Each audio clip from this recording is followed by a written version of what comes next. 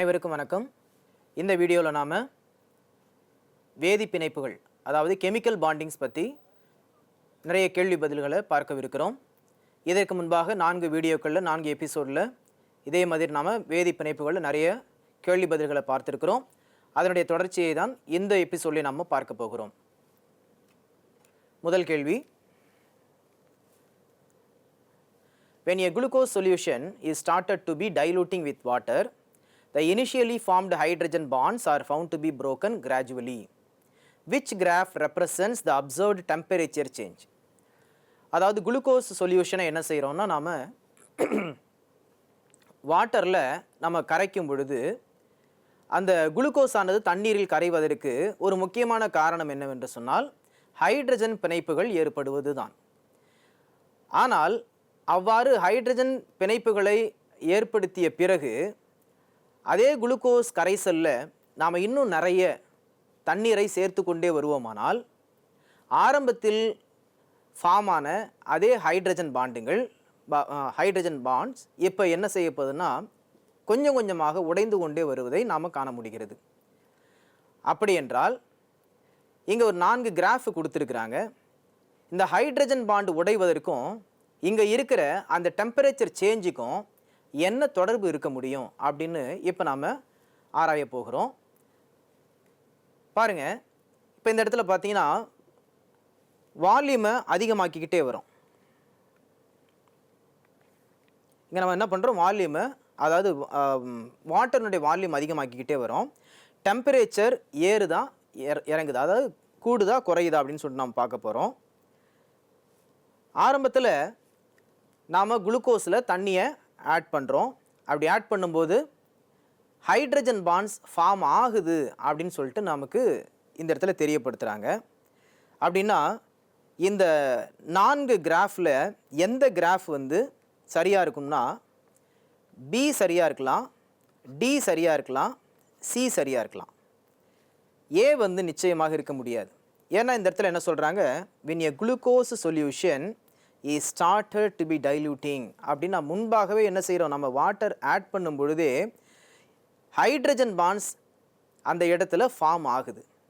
அப்போ hydrogen bond form ஆகிறதுக்கும் temperature rise ஆகிறதுக்கு என்ன சம்மந்தம்னா, when hydrogen bonds are formed, that process is highly exothermic reaction. Whenever exothermic reaction are carried out, then the temperature is found to be increased. எப்பொழுதெல்லாம் hydrogen bonding உருவாகிறதோ அப்பொழுதெல்லாம் வெப்பநிலையும் அதிகரிக்கும். அப்போ இங்கே பாருங்கள், பிஆ இருக்கட்டும், சிஆ இருக்கட்டும், டிஆ இருக்கட்டும், டெம்பரேச்சர் இனிஷியலாக பாருங்கள் இன்க்ரீஸ் ஆகியிருக்குது. இந்த இடத்துல இன்க்ரீஸ் ஆகியிருக்குது.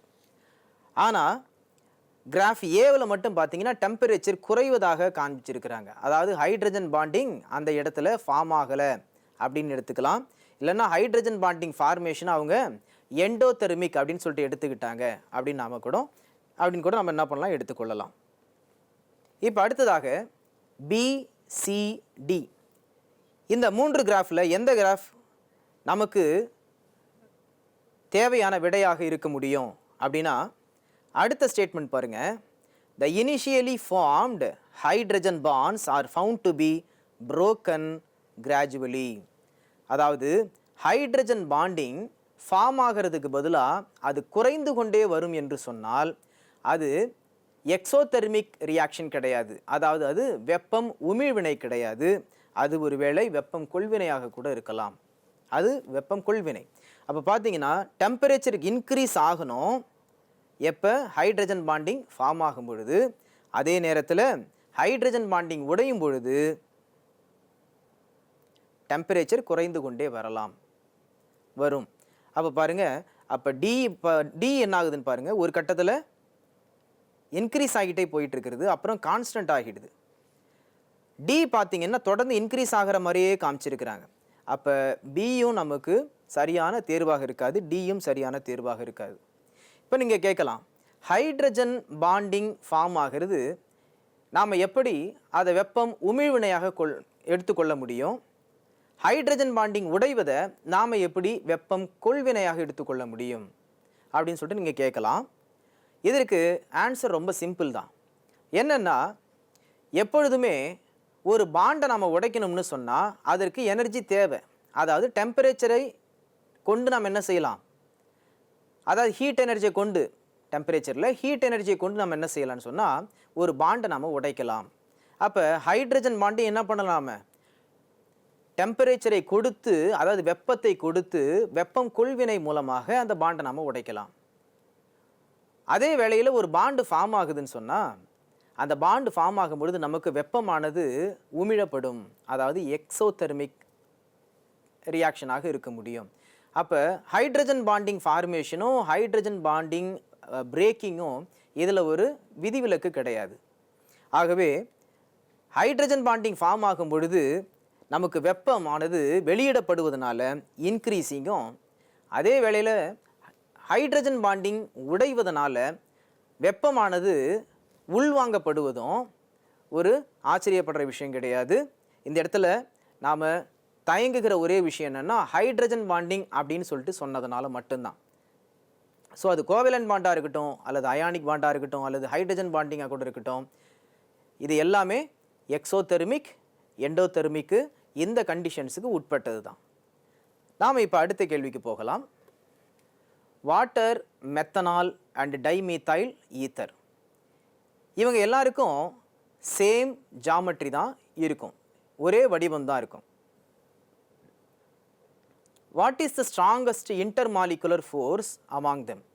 இவைகள் மூன்று பேருக்குமே ஒரே மாதிரியான ஜாமெட்ரி இருந்தாலும், வடிவ அமைப்பு இருந்தாலும், இதில் ஸ்ட்ராங்கஸ்ட் இன்டர்மாலிகுலர் ஃபோர்ஸ், இந்த மூன்று மூலக்கூறுகளுக்கும் நடுவில் இருக்கிற வலிமையான கவர்ச்சி விசை என்னென்ன அப்படின்னு சொல்லிட்டு பார்க்கணும்.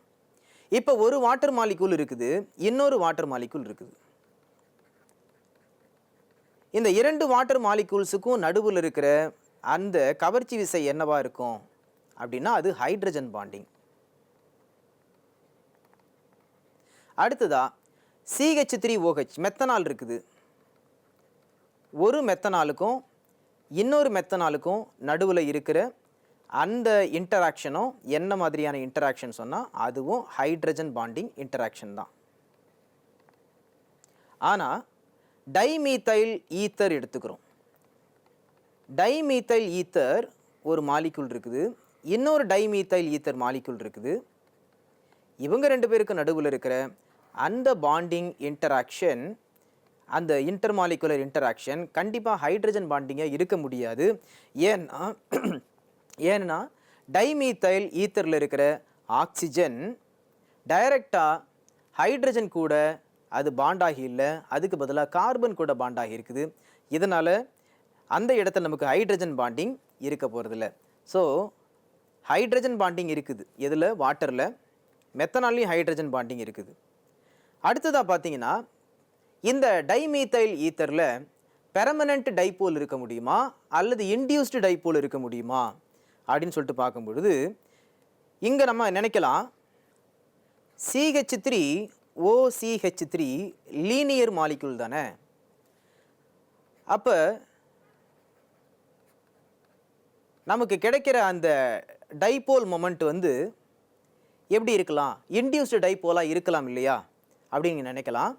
ஆனால் இந்த இடத்துல இது லீனியர் மாலிக்யூல் கிடையாது, இது non linear molecule because of the presence of 2 lone purse.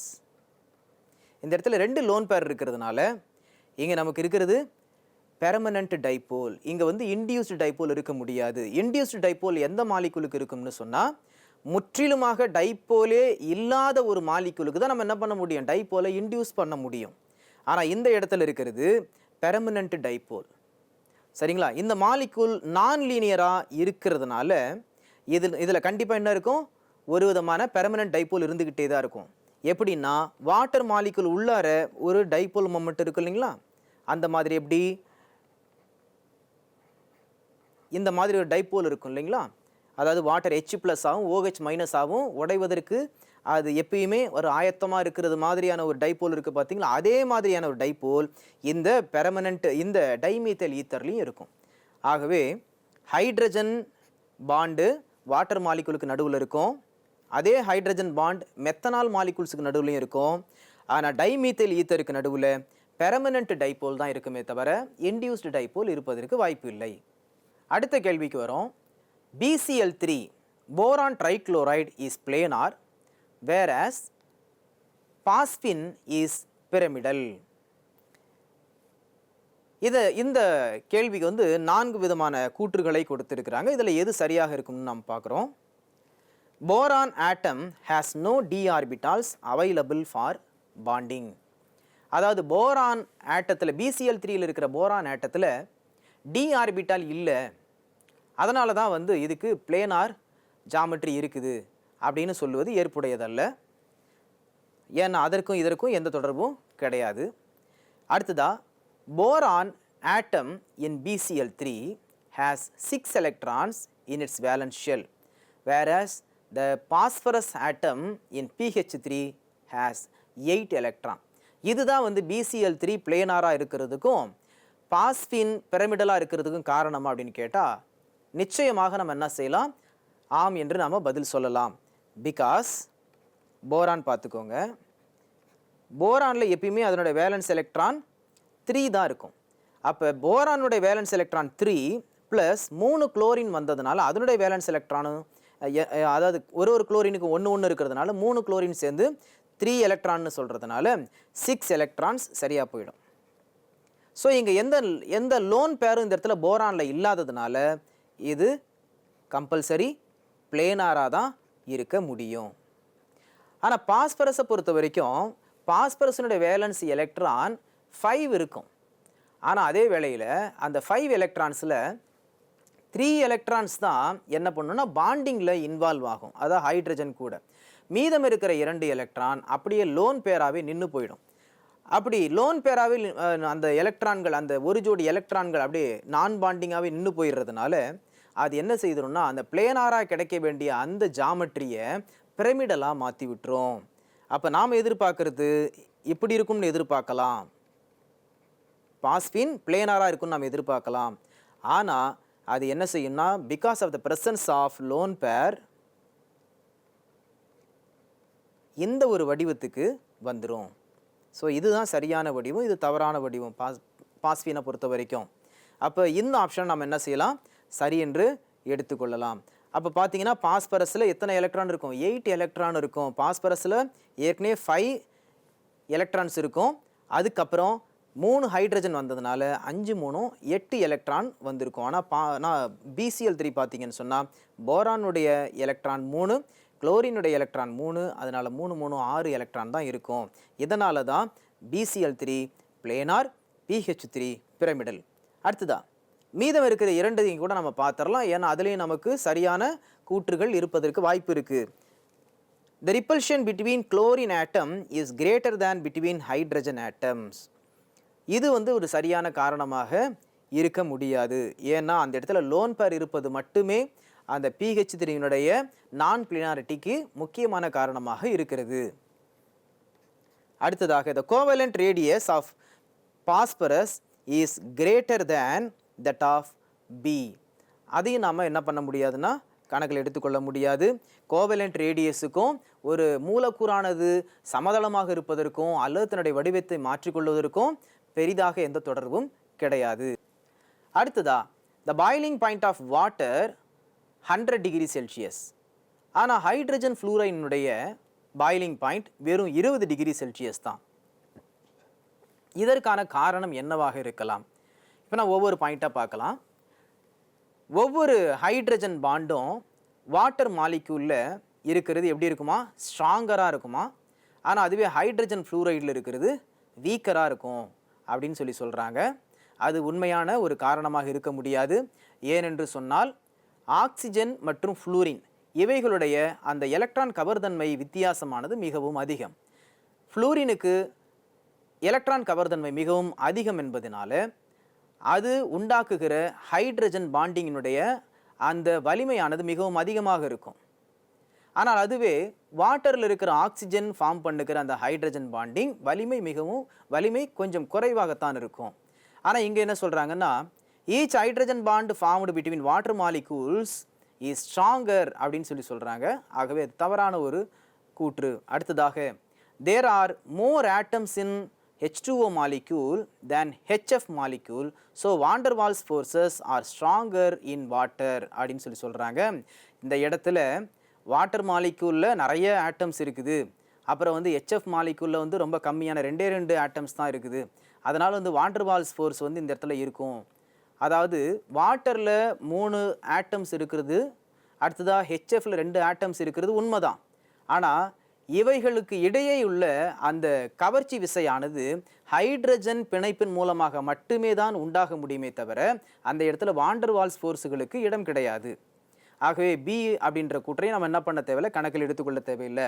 அடுத்ததாக, more hydrogen bonds can be formed between water molecules than hydrogen fluoride molecules. இது வந்து ஒருவேளை சரியான ஒரு கூற்றாக இருக்க வாய்ப்புள்ளது. நம்ம திரும்ப இதை ஒரு தடவை நம்ம ஆராய்ந்து பார்க்கலாம்.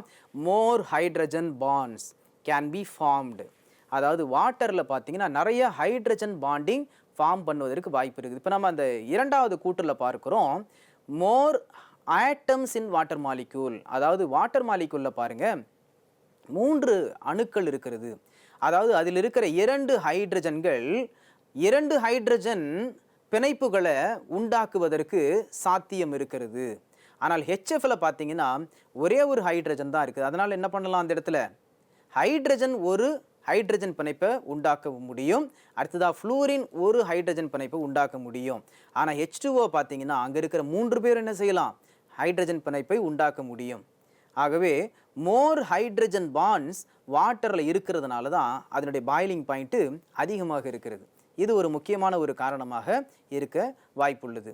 ஆகவே நம்ம சியை வந்து நமக்கான ஒரு ஆப்ஷனாக எடுத்துக்கலாம்.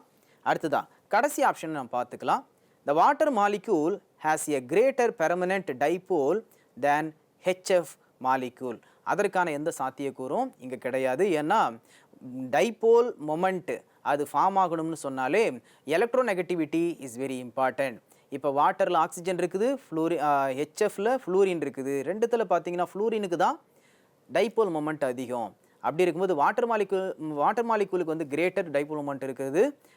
அதனால தான் வந்து பாயிலிங் பாயிண்ட் அதிகம்ன்றது சரியான ஒரு கூற்றல், அது ஏற்புடையதும் அல்ல. ஆகவே ஏவும் தவறான ஒரு ஆன்சர் தான், பியும் தவறான ஒரு கணிப்பு, டியும் ஒரு தவறான கணிப்பு. இப்போ நம்ம அடுத்த கேள்விக்கு வருகிறோம். Which bonding type does not correspond to its description of physical properties? இந்த இடத்துல பார்த்தீங்கன்னா நம்ம 4 விதமான சேர்மங்களை எடுத்துக்கொள்ளுகிறோம். அதாவது கோவலண்ட், ஜெயின்ட் கோவலண்ட், அடுத்ததா சிம்பிள் கோவலண்ட், அடுத்ததா மெட்டாலிக்கு, அடுத்ததா அயானிக் காம்பவுண்ட். ஜெயின்ட் கோவலண்ட்டுக்கு நாம் ஒரு நல்ல எக்ஸாம்பிள் என்ன சொல்லலாம்னு சொன்னால் கிராஃபைட் சொல்லலாம், அடுத்ததா டைமண்ட் சொல்லலாம், அடுத்ததா சிலிக்கன் டை ஆக்சைடு சொல்லலாம். சிம்பிள் கோவலண்ட்டுக்கு நம்ம என்னென்ன சொல்லலாம்னு சொன்னால் CH4 சொல்லலாம், அடுத்ததா S8 சல்ஃபர் சொல்லலாம். மெட்டாலிக்கு ஆஸ் யூஷுவல் காப்பர், ஜிங்க்கு இவங்களெல்லாம் சொல்லலாம். அயானிக்குன்னு சொன்னால் NaCl, கால்சியம் குளோரைடு இவங்களை நாம் சொல்லலாம். இப்போ நம்ம ஒன்றா செக் பண்ணி பார்த்துட்டு வரலாம். ஜெயண்ட் கோவலண்ட் இதுக்கு வந்து பார்த்தீங்கன்னா இப்போ டைமண்டுக்கு, கிராஃபைட்டுக்கு, SiO2க்குலாம் ரொம்ப ரொம்ப அதிகமான மெல்ட்டிங் பாயிண்ட், உருகு நிலை இருக்குது. அடுத்ததா இதில் பார்த்தீங்கன்னா தே கண்டக்ட் எலக்ட்ரிசிட்டி. இப்போ கிராஃபைட் பார்த்தீங்கன்னா எலக்ட்ரிசிட்டியை கண்டக்ட் பண்ணும், சரிங்களா? ஆனால் மற்றதெல்லாம் வந்து கண்டக்ட் பண்ணாது. பட் இந்த இடத்துல பாருங்கள், ஹை மெல்ட்டிங் பாயிண்ட் ஓகே தான், பட் கண்டக்ட் எலக்ட்ரிசிட்டி அப்படின்னு சொன்னால் கிராஃபைட் மட்டும்தான் கண்டக்ட் பண்ணும். ஆனால் இங்கே என்ன சொல்லியிருக்கிறாங்க, conducts electricity in molten state.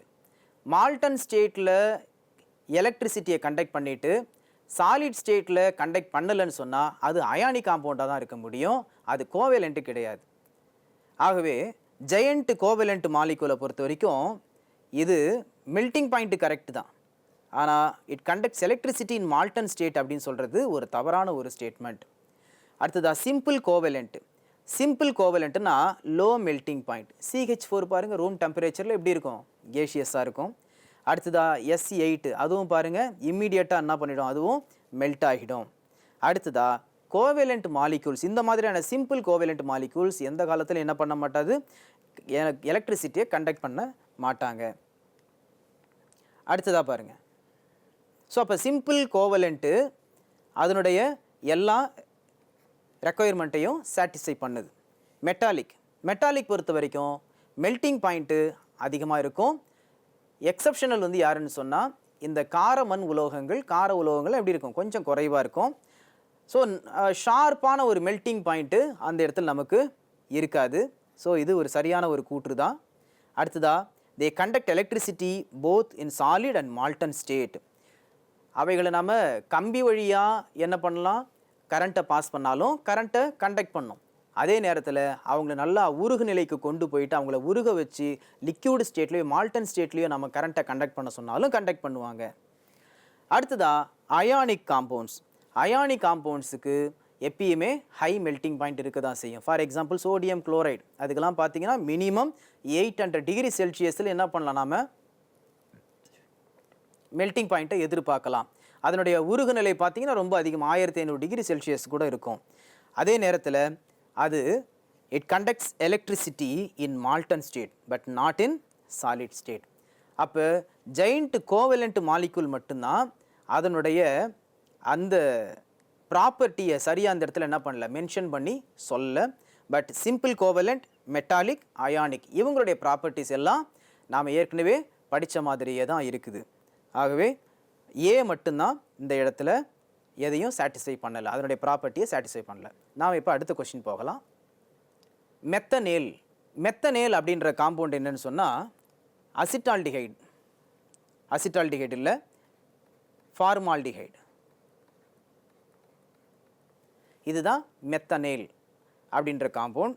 இந்த மெத்தனேலில் இருக்கிற HCH பாண்ட் ஆங்கிள் என்னவா இருக்கும்? இது ஒரு சிம்பிளான ஒரு கொஸ்டின் தான். இதில் கார்பனுடைய ஹைப்ரிடைசேஷன் என்ன பார்க்கணும், sp2 ஹைப்ரிடைசேஷன். அதனால் sp2 ஹைப்ரிடைஸ்டு கார்பன்னு சொன்னாலே அதனுடைய பாண்ட் ஆங்கிள் நிச்சயமாக எவ்வளோ இருக்கும், 120 டிகிரி தான் இருக்கும். ஸோ இந்த இடத்துல 120 என்பது சரியான ஒரு விடை. அடுத்ததா C2N அப்படின்ற ஒரு மாலிக்யூலை கொடுத்துருக்குறாங்க. அந்த மாலிக்யூலில் எத்தனை லோன் பேர் ஆஃப் எலக்ட்ரான் இருக்கும், அடுத்ததா எத்தனை அன்பேர்டு எலக்ட்ரான்ஸ் இருக்கும் அப்படின்னு சொல்லிட்டு கேட்குறாங்க. ஸோ அதுக்கு நமக்கு இதனுடைய ஸ்ட்ரக்சர் தேவைப்படுது. C2N உடைய ஸ்ட்ரக்சர் எப்படி இருக்கலாம், கார்பனுடைய வேலன்சி 4, நைட்ரஜனுடைய வேலன்சி 3. ஸோ இதை வந்து என்ன பண்ணக்கூடாதுன்னா வயலேட் பண்ணாமல் நாம் எழுத ட்ரை பண்ணணும். அப்போ carbon double bond carbon nitrogen, சரிங்களா? அப்போ கார்பனுக்கு நடுவில் இருக்கிற கார்பனுக்கு 4 வேலன்சி கரெக்டாக ஆகிடுச்சு. ஆனால் நைட்ரஜனுக்கு 3 வேலன்சி இன்னும் சாட்டிஸ்ஃபை ஆகலை.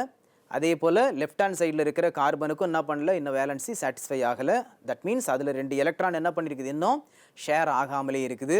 நைட்ரஜன்லேயும் பார்த்தீங்கன்னா 1 எலக்ட்ரான் இன்னும் ஷேர் ஆகாமலே இருக்குது. அடுத்ததா இதனுடைய இன்னொரு ஸ்ட்ரக்சரை இன்னொரு ரெசனன்ஸ் ஸ்ட்ரக்சரை நாம் எழுத ட்ரை பண்ணலாம். ஒருவேளை இந்த ஃப்ரீ எலக்ட்ரான் உள்ளே வந்ததுன்னு சொன்னால் என்ன பண்ணலாம், நமக்கு ஒரு ட்ரிபிள் பாண்டு கிடச்சி carbon single bond carbon triple bond. நான் சொன்ன ட்ரிபிள் பாண்ட் இங்கே கார்பனுக்கு நைட்ரஜனுக்கு நடுவில். ஸோ நைட்ரஜனில் ஒரு லோன் பேர் இருக்கும், கார்பனுக்கு வேலன்சி இப்போ நடுவில் இருக்கிற கார்பனுக்கு வேலன்சி இன்னும் மாறலை. ஆனால் ஓரத்தில் இருக்கிற லெஃப்ட் ஹேண்ட் சைடில் இருக்கிற கார்பனுக்கு இப்பயும் வேலன்சி குறைஞ்சிருக்குது.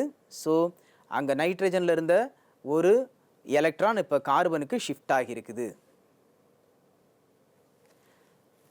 ஸோ இதை தாண்டி நம்மளால் வேறு எதுவும் ரெசனன்ஸ் ஸ்ட்ரக்சர் எழுத முடியாது.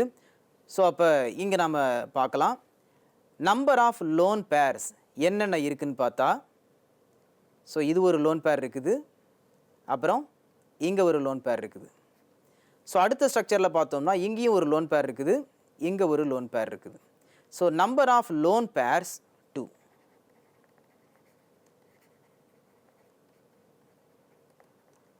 Number of lone pairs 2. அடுத்ததா number of unpaired electrons. Number of unpaired எலக்ட்ரான்ஸ்னு சொல்லலாம் அல்லது சிங்கிள் எலக்ட்ரான்ஸ்னு சொல்லலாம். So number of unpaired electrons பாருங்கள், இந்த ஃபஸ்ட்டு ஸ்ட்ரக்சரில் ஒரே ஒரு எலக்ட்ரான் தான் இருக்குது. செகண்ட் ஸ்ட்ரக்சர்லேயும் அதே எலக்ட்ரான் கார்பனில் இருக்குது. So number of unpaired electron in both species only 1. Therefore, option C is the correct choice. அடுத்த கேள்விக்கு நாம் போகலாம். The melting point of sodium is 98 degrees Celsius and it is very much smaller than calcium 840 degrees Celsius. அதாவது சோடியத்தினுடைய melting point பார்த்தீங்கன்னா 98 degree Celsius. இது கால்சியத்தை compare பண்ணும்போது ரொம்ப ரொம்ப கம்மியாக இருக்குது. கால்சியம் பார்த்தீங்கன்னா 840 டிகிரி செல்சியஸ். ஸோ இந்த இடத்துல என்ன பார்க்குறோம், இதுக்கான ரீசன் என்னவாக இருக்கலாம்? Sodium atom is smaller than calcium, அதனால் இருக்குமா? அப்படி கிடையாது. சோடியம் ஆட்டம் கால்சியம் ஆட்டத்தை விட சின்னதாக இருக்கிறதுனால இந்த பிரச்சனை வரலை. அது மட்டும் இல்லாமல் calcium is heavier than sodium, ஹெவியராக இருக்கிறதுனால மெல்டிங் பாயிண்ட் அதிகம் அப்படின்னு கிடையாது. மூணாவது ஆப்ஷன் பாருங்கள், calcium 2+ has higher charge than sodium plus அப்படின்னு சொல்கிறாங்க. இப்போ நீங்கள் கேட்கலாம், ஃபஸ்ட்டு ஆப்ஷனும் கிடையாது, செகண்ட் ஆப்ஷனும் கிடையாது, தேர்ட் ஆப்ஷன் ஃபோர்த் ஆப்ஷனில் பார்த்தீங்கன்னா பாசிட்டிவ் அயானை பற்றி பேசுகிறாங்க. நீங்கள் நினைக்கலாம் இந்த இடத்துல பாசிட்டிவ் அயான் எங்கேருந்து வந்துச்சு? ஏன்னா இங்கே நம்ம என்ன பார்க்குறோன்னா சோடியம் ஆட்டம் தான் பார்க்குறோம். இங்கே பாருங்கள் கால்சியம் ஆட்டம் தான் பார்க்குறோம். கால்சியம் மெட்டல், சோடியம் மெட்டல், இவங்களுடைய மெல்டிங் பாயிண்ட் பாயிலிங் பாயிண்ட்டை பற்றி தான் மெல்டிங் பாயிண்ட்டை பற்றி தான் நம்ம பார்க்குறோம். அப்படி இருக்கும்போது கால்சியம் 2+ சோடியம் ப்ளஸ் எங்கேருந்து வந்துச்சுன்னு சொன்னால், according to metallic bonding theory, metallic bonding theory படி பார்க்கும்பொழுது ஒரு மெட்டல் ஆட்டம் உள்ளே இருக்குன்னு சொன்னால், அந்த கம்பியில் இருக்குன்னு சொன்னால், ஃபார் எக்ஸாம்பிள் சோடியமே எடுத்துக்கலாம். சோடியம் என்ன ஃபார்மில் இருக்குன்னா ப்ளஸ் ஃபார்மில் இருக்கும். எலக்ட்ரான் பார்த்தீங்கன்னா அங்கேயே பக்கத்துலேயே இருக்கும். அப்போ ஒரு கம்பி உள்ளார பார்த்தீங்கன்னா சோடியம் அயான்ஸ் இருக்கும், அடுத்ததான் எலக்ட்ரான்கள் நிறையா இருக்கும். அப்போ அந்த எலக்ட்ரான்கள் வந்து எப்படி இருக்குன்னா ஒரு கடல் மாதிரி இருக்கும். அதில் வந்து சோடியம் ப்ளஸ் அயான்ஸ்லாம் இருக்கிற மாதிரி அசியூம் பண்ணுறாங்க. இதான் மெட்டாலிக் பாண்டிங்கினுடைய பேசிக்கான தியரி. அப்போ சோடியத்துக்கு மட்டும் இல்லை, மெட்டாலிக் பாண்டிங் சொல்லிட்டு சொன்னதுனால கால்சியத்துக்கும் இது பொருந்தும். ஆகவே கால்சியம் 2+ அண்ட் சோடியம் ப்ளஸ் எங்கே இருக்கிறாங்கன்னா அந்த கம்பியில் இருக்கிறாங்க. ஓகேங்களா?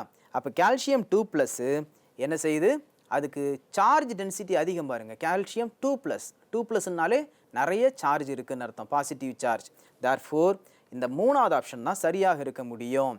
அடுத்ததா கால்சியம் 2+ கண்டெய்ன்ஸ் மோர் எலக்ட்ரான்ஸ் தேன் சோடியம் அயான், இந்த ஒரு பாயிண்ட்டு ஏற்புடையதல்ல. ஆகவே சி அப்படின்றது தான் சரியான ஒரு தேர்வாக இருக்க முடியும். இது வரைக்கும் நாம் பிஜிடிஆர்பிக்கு தேவையான வேதி பிணைப்புகள், அதாவது கெமிக்கல் பாண்டிங்லேருந்து நிறைய கொஷின் அண்ட் ஆன்சர்ஸ் பார்த்தோம். இன்னமும் நிறைய கேள்வி பதில்கள் இருக்கின்றன. அவைகளை நாம் இனி வரக்கூடிய எபிசோடுகளிலே பார்க்க போகிறோம். அது வரைக்கும் எங்களோடு இணைந்திருங்கள். நன்றி, வணக்கம்.